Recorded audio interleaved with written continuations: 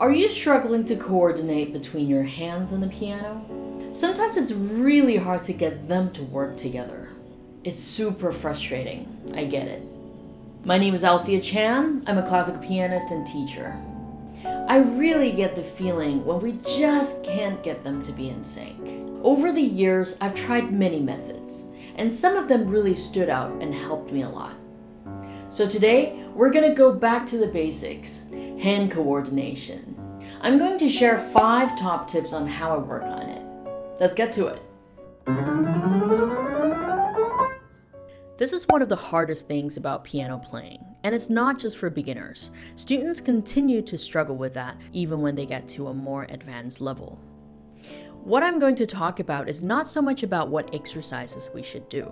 I'll have a separate video on that. It's more about how to think about it and how to incorporate that thought into certain techniques and hand movements. As important as exercises are, it's just as important to develop a skill to find information on the score to help you analyze it. By the end of this video, you will know exactly what to look for in the music and ways to practice it. It could be applied to pretty much all of the pieces. When you first start a piece, always start by practicing 2 hands separately. And when you're ready to put 2 hands together, play very slowly. So slow that you feel like you have all the time in the world to think about the next step. This is actually going to speed up your whole process a lot. Slow is fast. Tip number 1, using bigger movements and not just the fingers. Feeling the directions of where the hands are going. Let's say I'm playing a few ascending notes. Instead of doing this, I do this. Do you see the difference? What I'm doing here is this one smooth motion together with some finger work. Let me elaborate a little bit. A lot of people try to train 2 individual fingers to play together and sound even. It is a good exercise for finger independence, but that alone would not make playing together easier. What we want to do here is to engage bigger muscles. In this case, it'll be our palm and forearm. The bigger the muscle, the easier it is for us to gain control because we have more support, and that smooth motion helps us get to the notes we want to play.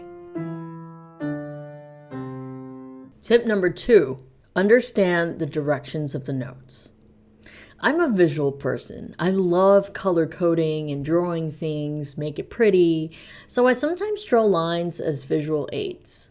Right here, you see the notes going up together in both hands. We call that parallel motion.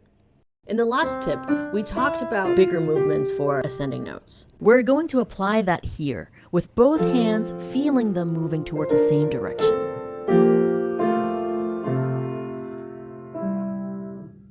There's also contrary motion, meaning 2 hands going opposite directions.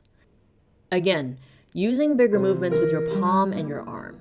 Be conscious of the fact that your 2 hands are moving as a whole. Tip number 3, knowing where the beats are. Accenting notes on both hands for the beats.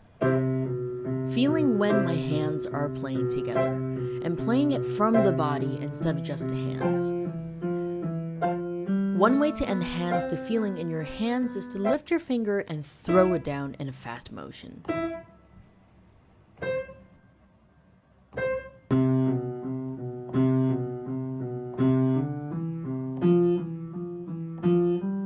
Keep accenting the notes even when you build up the tempo.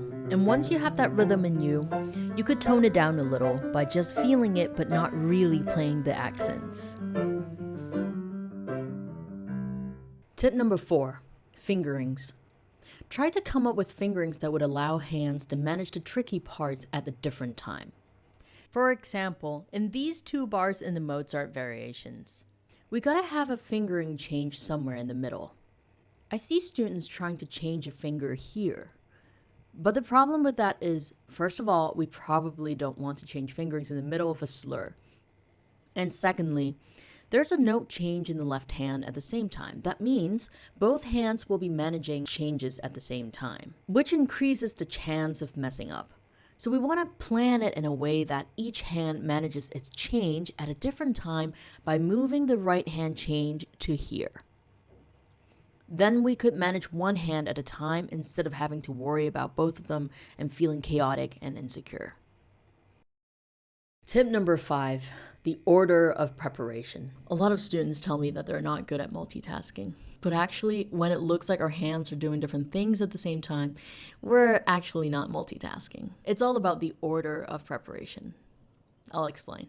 So right here, both hands have a jump. Right hand going up a third, meaning 2 steps up, and left hand has a pretty big jump to the low G. There's really nothing we could do about this jump happening at the same time. If I try to think about both of them all at once, I'm probably gonna mess up, and it'll feel chaotic. But what if I prepare them one at a time? So the way to think about that is to first decide which hand to move first. I'm going to move my right hand first, just because it feels more secure that way. Right after I think about that, I immediately look for the G that my left hand has to play next. Practice that order slowly at first, so that you have enough time to prepare for each of them. You might find that you'll need a lot of time to think about that, but that's okay. After some productive repetition, you will start thinking faster and won't need as much time for it. When you feel more comfortable with it, slowly speed it up until you get to the ideal tempo. At that point, it'll feel like you're multitasking, but what's really happening in your brain is the sped up version of the order we practiced. What we're trying to achieve in this practice is to get our brain to understand this is what it's going to be doing. I often say, when we practice, we're actually practicing the thought process more than practicing the actual playing. If our brain gets what we're doing, we have done half of the work. So those were some of the things that I think about when I work on hand coordination. I hope you found that helpful. If you liked the video, please give it a thumbs up and subscribe for more piano tips like this in the future. Thank you so much for watching, and I'll see you in my next video. Bye.